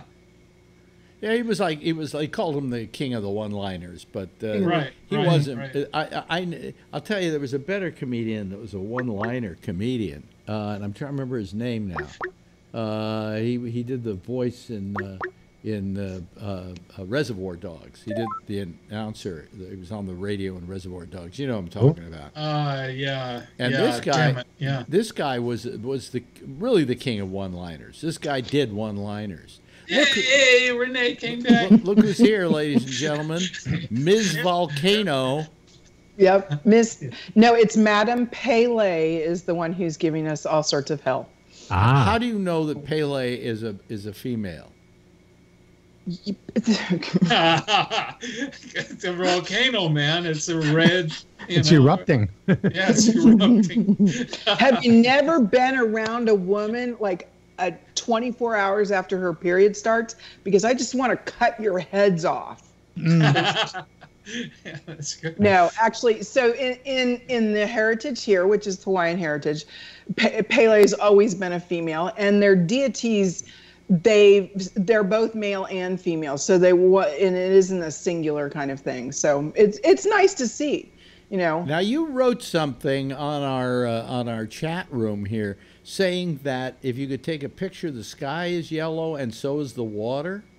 No, it's gray. Gray? They're both gray. Yeah. So because of all of the fog, so everything I normally show you, you can't see past the trees in front of me. That's it. All the rest. Wait a minute. Did you just call it Vogue? It's Vogue. Volcanic fog, right? Yeah. Boy, that's really bad, Renee. Because you're on the Kona side, right? So. And I'm in the north area. Yeah. So what's happening? So this past 24 hours, the wind has been coming across the east side of the island, swooping back up, going up the Kona side, and then bringing it all the way up to us. Let me ask you an indelicate question. What kind of a fucking moron builds a house near a volcano? Hey, by the way, the Lilani Estates that currently have all of the rifts or the fissures in it, the last eruption was before I was born. Yeah, that's fine, but the word here is the last eruption, okay? Well, and actually, so the last eruption flow. I mean, is that how they sold the houses? Vicinity. Don't worry, the last eruption was 40 years ago. No. The last, and it was 7 years ago, but it was. There's been more current eruptions. They just haven't been plowing through homesteads. Right. What's up? Little eruptions, minor eruptions. By the way, you calling just made our numbers go up. There we go. Yeah. So Patrick, what's up? Yeah, Patrick, what do you want to ask? When you said what kind of an idiot build, well, I was standing on lava. And I was at Kilauea in 2002. Oh, really? Yeah. So I've got a picture of me walking on some lava. Well, it's dry, hard, but it's not bright red. No. We were at Kilauea, and we could only go so far because of the sulfur and that. Mm-hmm. But I mean, as I'm watching this thing on TV, I'm thinking, I was there, and what if that big just went off while I was standing there? Now it be saying, what kind of a moron stand? Yeah, I would. I would. What kind of a moron? What kind of wheelchair-ridden moron? I was walking at that point. That was one of the last times I walked. Here, I'll get to you in a second, John. But here's the point. That volcano, has yet to really blow. This is just a lot of lava. They say it's going to blow soon because all that steam that's coming up now is going to start making boulders fly through the air. We've had a discussion about where the top of the volcano is, where the blowhole part is, and then where these eruptions are. Oh, say blowhole again, would you, slowly? Anyway, and that's actually not what a blowhole is, so it's really bad that I used it. I had a Harvey Weinstein moment there. Excuse me. Yes, go ahead. They're pretty far away from each other, like a good maybe 15, 20 miles. All right. Yeah. So what happened was as all the lava is breaking through the fissures and flowing down through the through the estates, it's actually lowering the fountain of lava that goes through the blowhole. And so as that drops, there's a crust of stuff that covers over it, and it sits there until enough pressure gets underneath it and then blows it. And that's what the ash was from. The actual lava tube dropped below the water line and it solidified across the top of it. And once that happened, there built enough pressure up and it went papooey. Now, the whole issue is that it's not that kind of volcano. It's not it's not going to be, look like, what was that? Tom St. Hanks Helens movie? or something. Yeah, it doesn't look like that. It's as long as it's continually oozing somewhere, it's better for it than if it's actually being stopped up. It's a shield volcano. What I wanted to say is I used to own land in Hawaiian Acres near Curtistown and had it for a bunch of times. And I never worried about the volcano because we were way out of zone 1. I'm just looking at the lava danger zone now.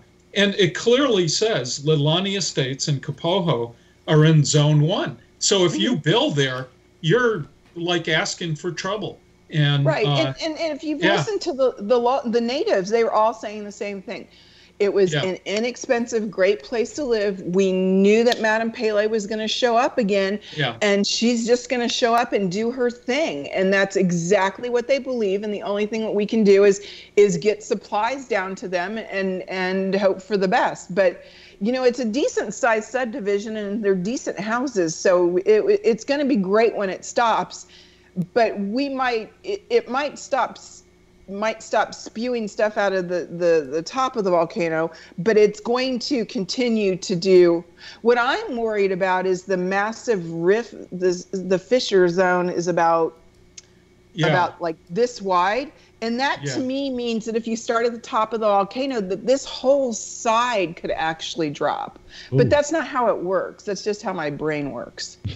So. Well, I think what fools a lot of people in this case is that what's erupting are called rift zones, and you never know how it's going to manifest. It starts with little cracks in the street, and then that stays like that, and then smoke will start, sulfur dioxide and steam will start coming out of there, and then it expands and it gets bigger, and on some of these zones the lava will actually just start pressurizing out. I know why the numbers of people watching are going up, because we're talking about cracks and blowholes now. I thought it was because Patrick had his picture up. There you go. That's Patrick walking on lava.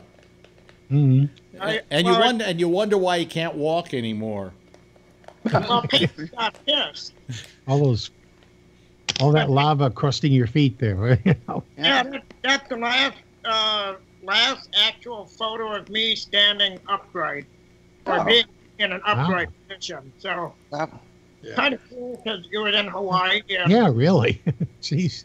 That's before you went into. That's before you went in. Before you went.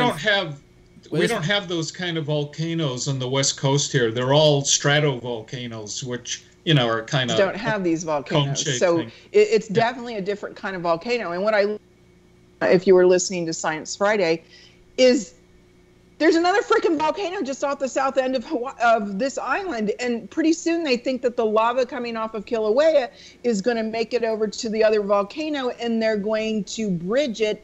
And then we're going to have an addition to our island. Well, actually, where did I hear that maybe it's the Hawaiian Islands that actually keep getting larger because of volcanic activity? Maybe it's Japan or somebody like that. Iceland. That is getting larger because I know that. Well, who is it? China, who is building more land in the water so they can enlarge China. Yeah, that's right. Yes. Yeah, as if they need any more. Yeah. So they don't have enough. Yeah. I climbed an active volcano back in the late 80s that you can't climb anymore, Popocatépetl in Mexico. Yeah. And we actually made it up to the summit. Isn't that Popocatépetl? I don't know. Okay, because the way you pronounce it sounded like something Michael Jackson might have taken to put him to sleep. So when we got to the summit, the wind was blowing so fiercely, we had to go on all fours and use our ice axes to anchor down. But I looked inside the crater. It was the most scary friggin' thing I've ever seen in my life. Bigger than Pompeii. Pompeii's crater, and there were all these yellow, smoky fumaroles. You could smell the sulfur coming out of it. And the past few years, Popo's erupted. I mean, really dramatic, massive explosions, and you can't climb it now. It's this is the limit. way the Earth remolds itself, reshapes itself. It's also the way that the Earth's going to react to us not treating it well and trying to clean itself off. I mean, an ice age was a way of cleaning off the planet, Once the ice age dissipated, the Earth was renewed and the core was taken off the planet. And, the one thing we can count on is that we can do anything we want to this fucking planet, but it's going to win. Okay. Oh, yeah, Mother. And you know what? I was listening to somebody today and they were talking about, hey, look, Florida's having high king tides. And I'm just like, wow, if we'd only listened to Al Gore like 30 years ago, that wouldn't be that much of a surprise, would it? But no. Fake news.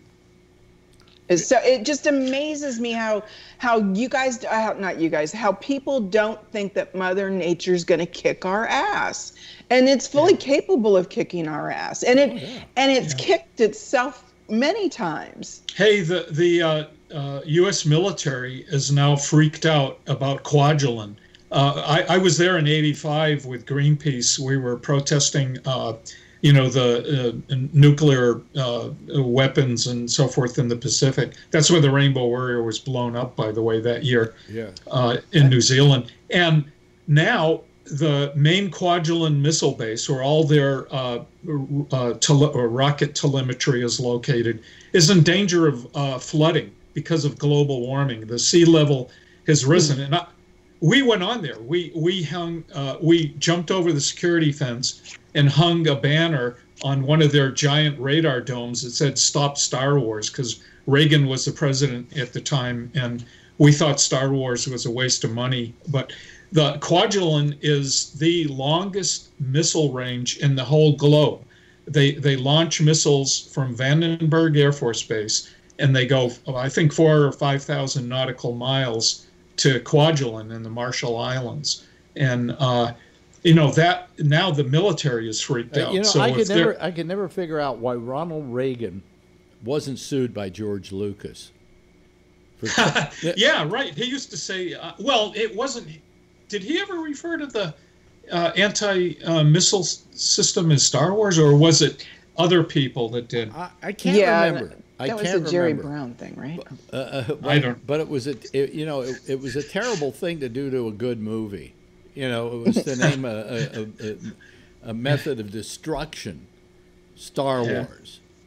So we found out. So you guys all know I'm got a tour booked for the top of Mauna Kea, and we found out that we are going to be able to go into the Canadian French Hawaii Observatory and take a tour. Oh, good for you. Make a little movie and put it online somewhere, okay?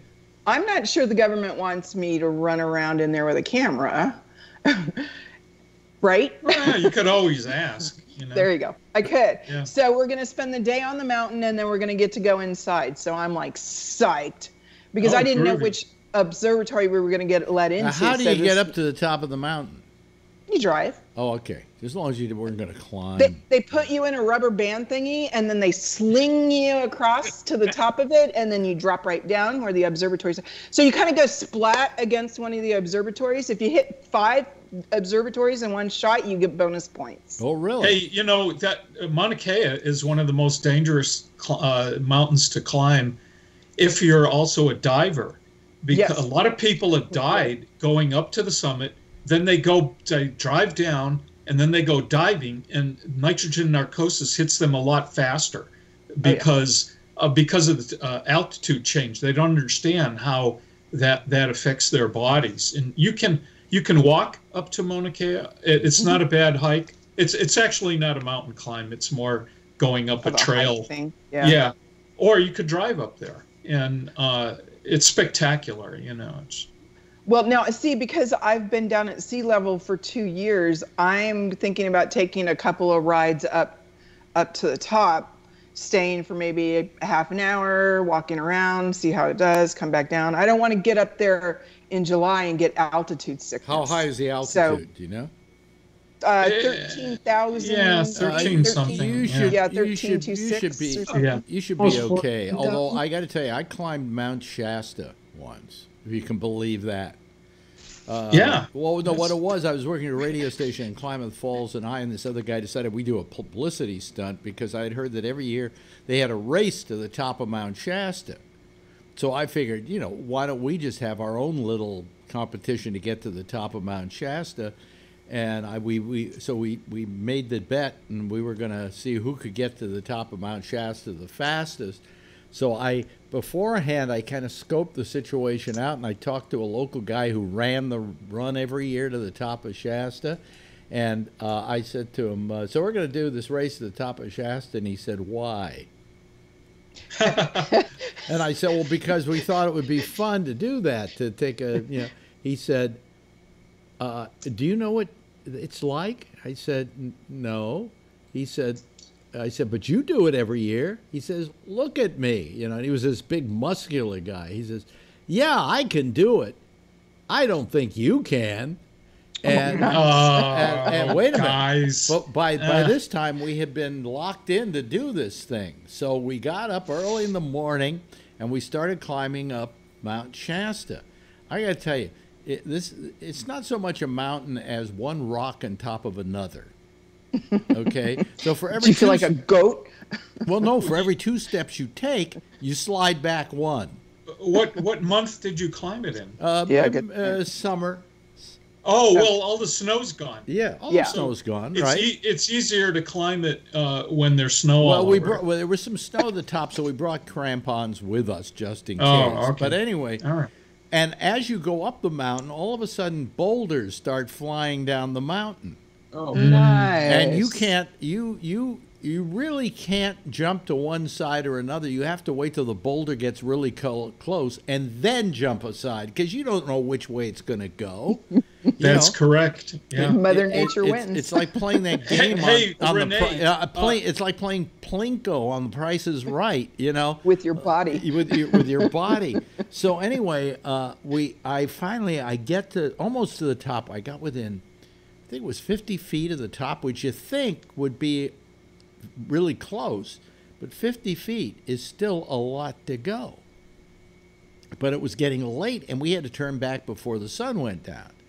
So I'm sitting there at, I think it was 12,000 feet, and I was a smoker in those days, so I hadn't had a cigarette all day, and I pull it out, and the guy who's leading us says, I wouldn't do that if I were you. I said, why? He said, I just wouldn't do it. I said, fuck it, I'm doing it. I lit up the cigarette, I took one puff. I never got so fucking high in my life. I mean, my head was just swimming. And by the way, when you get up to that height, it's very hard. It gets harder to breathe. I mean, it really is much more difficult to breathe. Renee, there is something you could get your doctor to prescribe for you for altitude sickness. It's called Diamox, Diamox, and it works. I've tried it. Cool. Climbing big mountains. The chemical name is acetazolamide, but that's okay. I'll take that. Yeah, it's Diamox, and it works. Thank you. Yeah, that'll be great. Yeah, I was gonna. So what happened is I've been doing my yoga religiously, and now I'm gonna start the cardio part of my workout.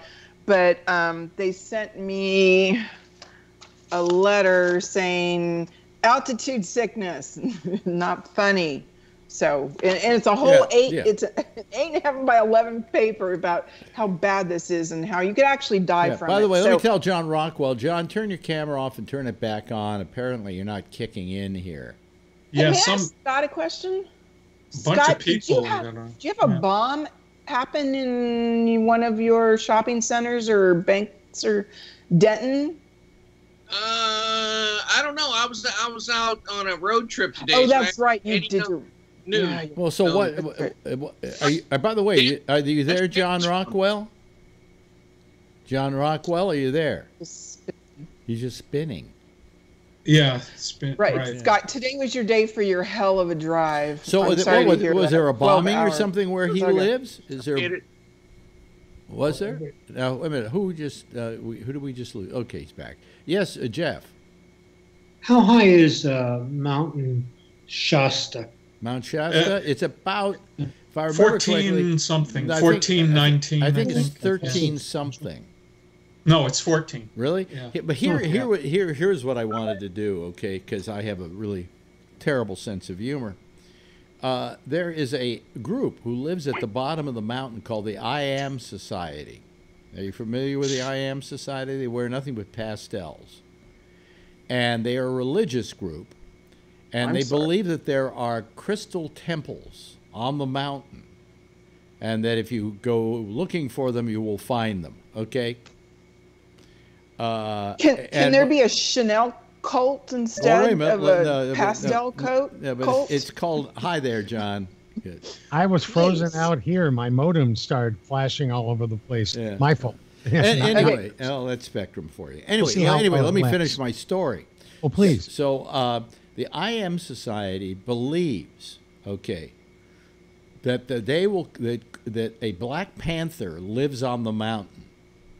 And the day that Black Panther has sex with one of their people, Christ will be reborn on earth.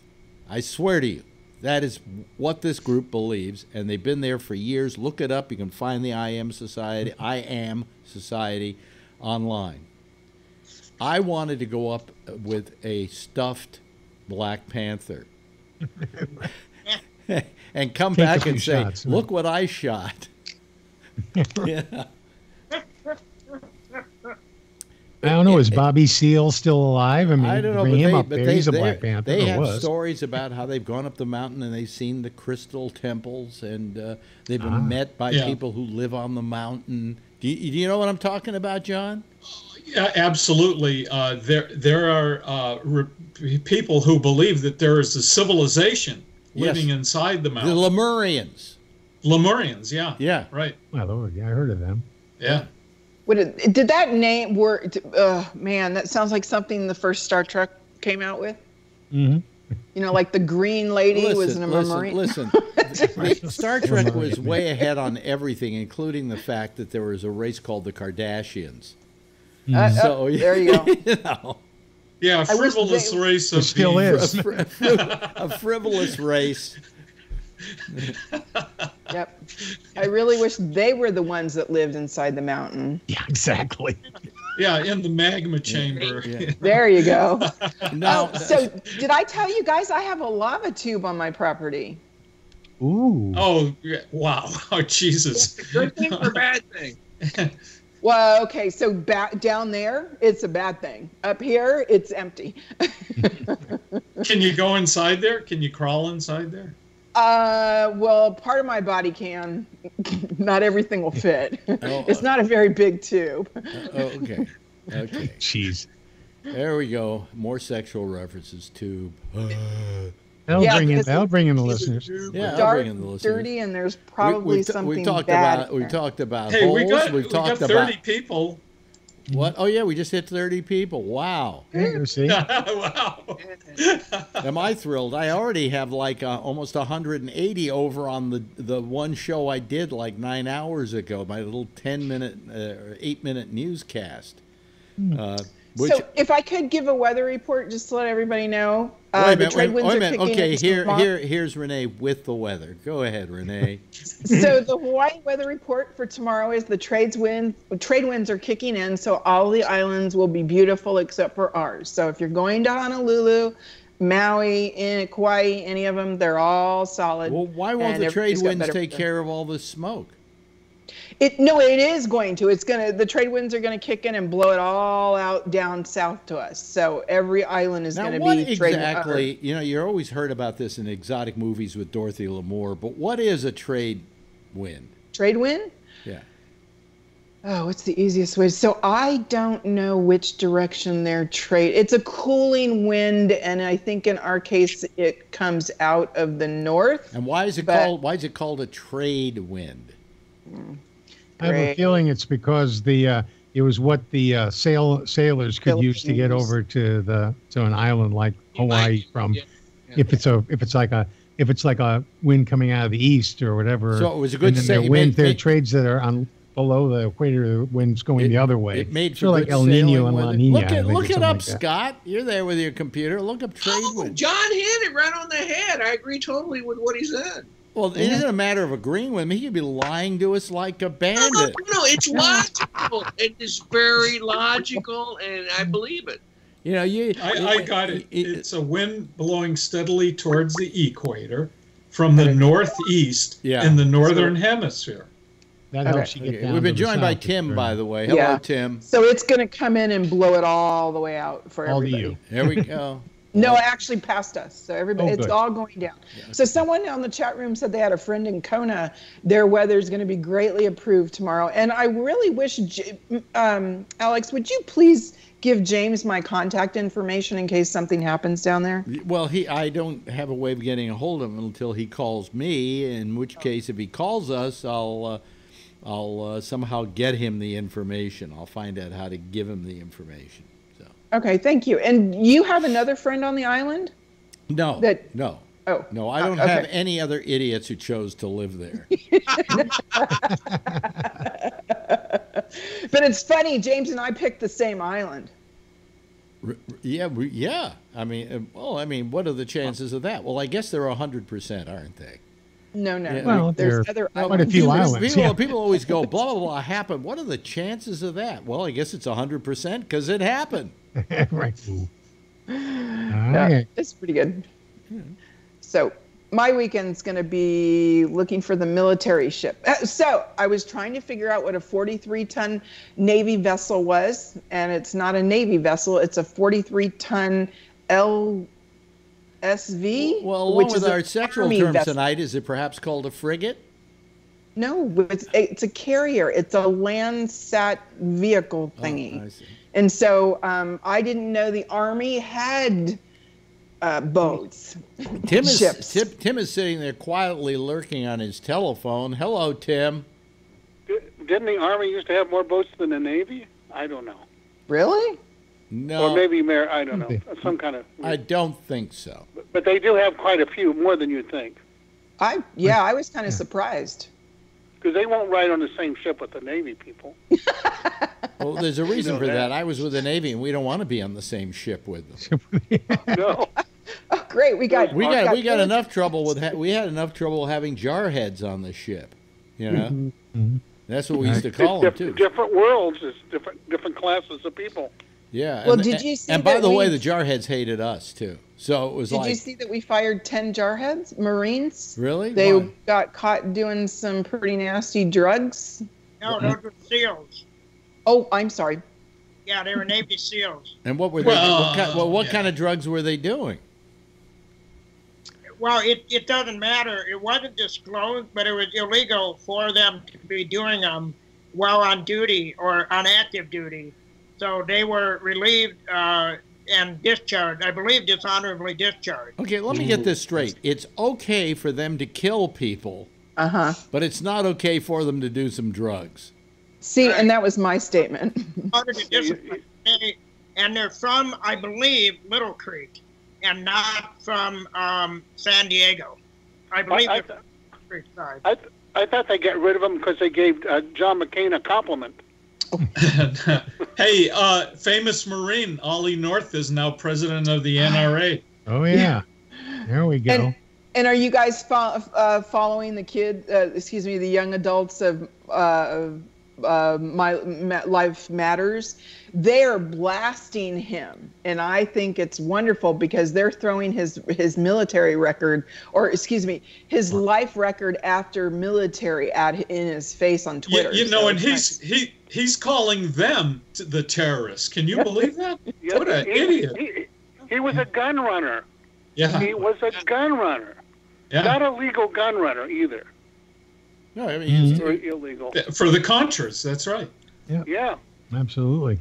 In fact, he was such a bad person. Didn't Fox get rid of him?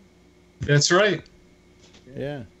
He still had his little historical show or whatever. Fox would have had. I think it's all in reruns Fox now. would have been happy with Hitler as a consultant. You know, I mean, so for you to lose your job because they don't like you as Fox is, you know, is pretty horrendous. So there's some joke in here where the Cohen guy was working for Novartis. Yeah. Novartis, and there are they're one of the major. They're one of the major manufacturers of our birth control pills. Yeah. And who even wants this guy's opinion in anything that he's in? Well, no. Here's what they wanted. He claimed he could give them access to the president. And in the case of the pharmaceuticals, they're coming up against problems with the government, especially Novartis was. AT&T is looking for a merger. What was the other company that was? So they thought they would grease the wheels. Exactly. AT&T was, you know, because of the merger. And I'm trying to think of who else. There was one other, and they had some kind of business. Didn't Pfizer buy Monsanto? Yeah, but that doesn't have anything to do with this. Novartis. But you know, but they said he didn't do shit for them. That's what they also said. You know, they paid him, like AT&T paid him $1 million, and they didn't get anything for their money. That's not true, because there's a nonprofit organization. It's like Common Cause, but I forget their name. But they're going after FOIA records, showing that there was meetings with these people. Yeah, I know there were meetings, but AT&T said that they had paid him $1 million. He didn't get them access, and they wasted $1 million. That's incorrect, because some of the execs showed up at some of the meetings. They're working on putting reports together now. No, meetings, but not with the president. No, not with the president, with the right people. Though. No, but there was meetings, of course, with the Russians. The access was supposed to be to the president. Well, but no, because the president doesn't do anything. What do you think about? By the way, quickly, anybody, because you're all farts on this show except for Patrick, and maybe Renee to a lesser extent, although she's. Oh, thank you. Yeah. Well, you know, just, I'll take that. Yeah, I mean, I don't know when the hot flashes come, but let me know. Anyway, it's the whole thing with the pharmaceuticals today with Trump. Was that a non-starter, that whole proposition today? To begin with, how do you not include Medicare when you're talking about negotiating drug prices? Who's the biggest user of these drugs? In our country? Too big of a club. He can't use a big club against his campaign donors. Yeah, but I mean, he said, "I'm gonna lower prices." Well, how exactly? And then he didn't give any examples of how he was going to do that. No, why would he? He doesn't have to show these people facts. They don't live on facts. There's no proof required to be this jackass. Yeah. That's cool.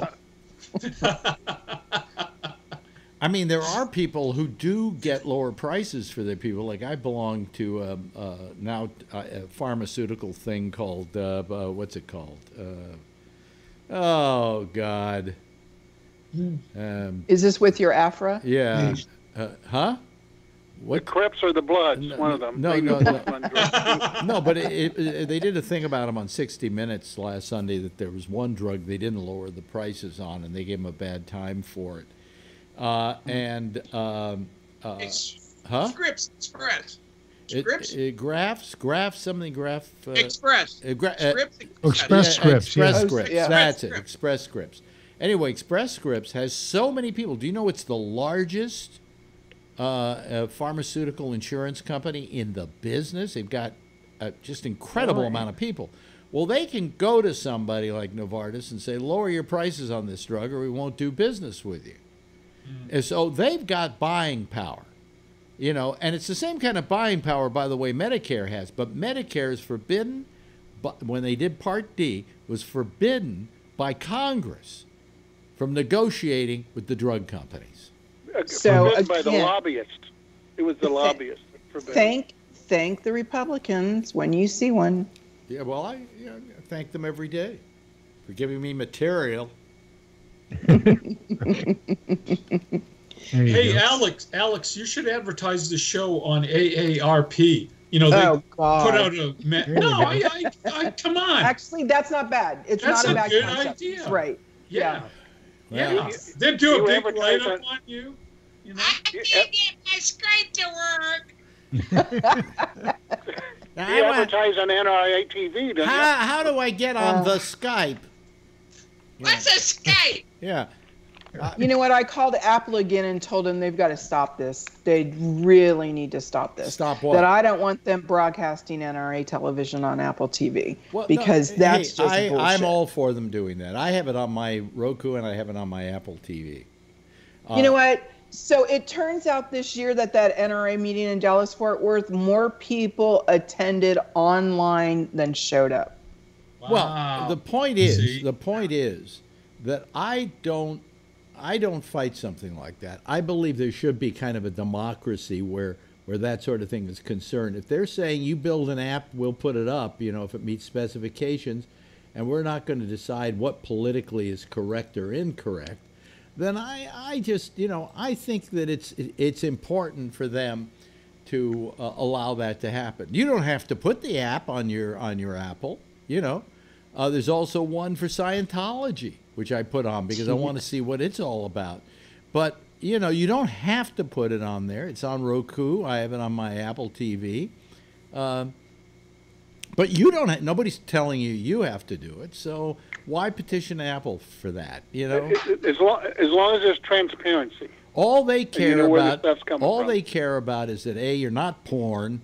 Okay, they won't allow that, and that your app meets their technical qualifications. Like with Roku, I had to pass technical qualifications for my Roku to work. However, it was easier to do Roku than to do Apple. Now, we do have, by the way, people should know this quickly, we do have a Great American Broadcast app. Just type in Great American Broadcast at the Android shop, or what is it, the Google shop, and you can download the Great American Broadcast onto your app, onto your Google device. Okay, your cell phone. Yeah. And you can get the live programming there, and everybody's programs are on there. So have at it. But I forget to tell people that because it's been there for so long, and we just got it fixed recently so that it gets the live programming. So go have fun. We're everywhere, and we still get the same 30 listeners. So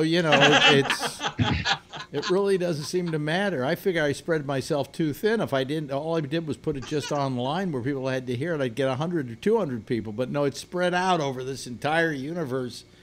Hey, every single nursing home in America is going to be watching the show, Alex. You're going to get like 20,000 viewers next week. You know what? If you do that, you should take your wife's show along with you. Yes. You mean my ex-wife? Your ex-wife's show. Sorry, you're right. And I'm happy. No, bring his current wife is beautiful, and she should be on the show all the time. Well, no, but the thing is that she is not. That's not really a show. That's she and I talking for the purpose of this show. But she has a website she blogs about. She could blog and read the blog. But she puts that on her website so people can see it, and also plugs the show too. Hey, there's the music, whatever that means. I can't see you, Patrick, so we couldn't see you wave goodbye. Are you there, Patrick? Turn on your camera, just so you can wave goodbye.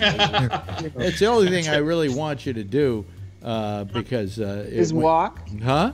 It's not walk. Thanks to John Peroulis, and thanks to Jeff Stein, and thanks to John Rockwell. Thanks, Tim. Appreciate it. Scott Boddicker, big thank you to you. Patrick Blazik, thank you. Renee Collins. And at last, we finally have a lot of people watching us. I don't know what happened. For the last 20 seconds. Yeah, the last 20 seconds. And thanks to Phil for not being here tonight. Okay? Everybody wave a big goodbye, would you? So that... they can all see your shiny faces. Okay, that's it. We'll see you next week, guys and gals, and be safe, Renee. We don't want to say you fell into a big volcanic hole somewhere and disappeared from the face of the planet. Hey, I'm Alex Bennett. Up next is The Intersection. That's followed at 1 o'clock Eastern Daylight Time by Connections. Next Tuesday, we'll be back on again, but before Damian Chaplin with The Exchange at 9:30. We'll be on at 10. Same time, same station in life. In the meantime, if you see her, tell her I love her, okay? Bye.